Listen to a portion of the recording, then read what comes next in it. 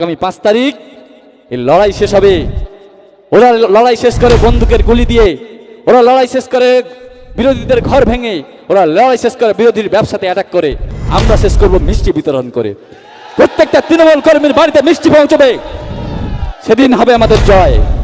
আমরা হাসি মুখে বুকে জড়িয়ে মিষ্টি মুখ করাবো আগামী 4 তারিখ। কি আশা রাখতে পারি তো? যদি রাজনীতির আঙিনায় দেখেন, আমি ভালো রাজনীতিবিদও নই, কিন্তু আমি এই পশ্চিমবঙ্গের একজন সাধারণ নাগরিক। আমি এই পশ্চিমবঙ্গের একজন আমার গণতান্ত্রিক অধিকার হারিয়ে ফেলা নাগরিক। লাস্ট কিছুদিন ধরেই মিনাখা বিধানসভায় তথা সারা পশ্চিমবঙ্গে আমরা দেখতে পাচ্ছি গণতান্ত্রিক লুট হচ্ছে।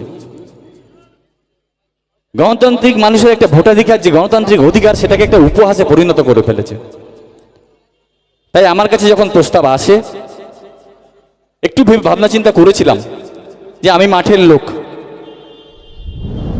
আমি মাঠ নিয়ে থাকি, এখানে গিয়ে আমি কি করব, কতটা কি করতে পারবো।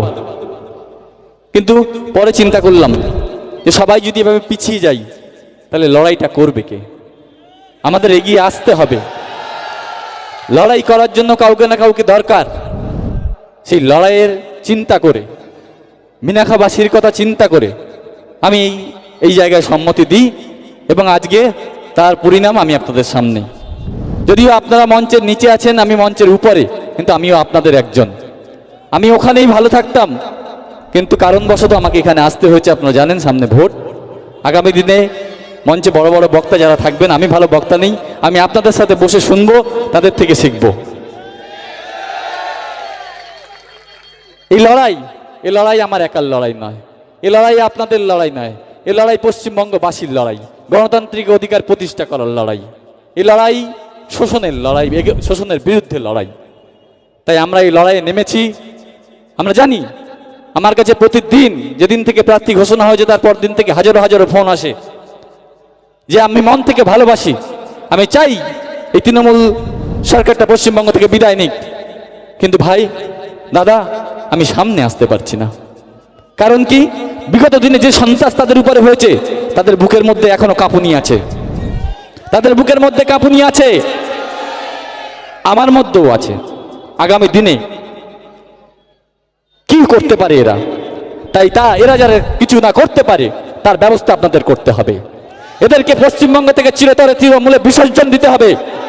এই লড়াই আজ থেকে শুরু হলো। এই লড়াই আগামী 30 দিনের লড়াই। আগামী 5 তারিখ এই লড়াই শেষ হবে। ওরা লড়াই শেষ করে বন্দুকের গুলি দিয়ে, ওরা লড়াই শেষ করে বিরোধীদের ঘর ভেঙে, ওরা লড়াই শেষ করে বিরোধীর ব্যবসাতে অ্যাটাক করে। আমরা শেষ করব মিষ্টি বিতরণ করে।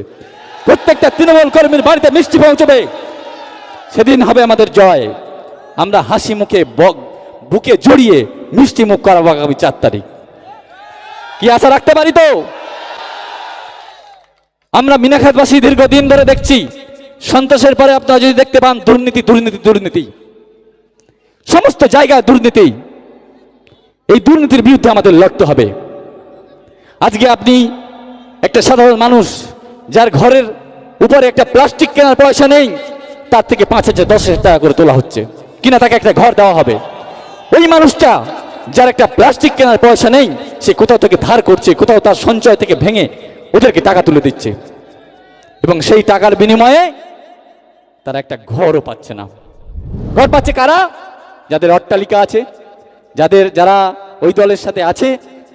দেখবেন যাদের 3 তলা বাড়ি, সে আবার ঘর পেয়েছে, সেই ঘর নিয়ে কি করছে? একটা দোকান বানাচ্ছে।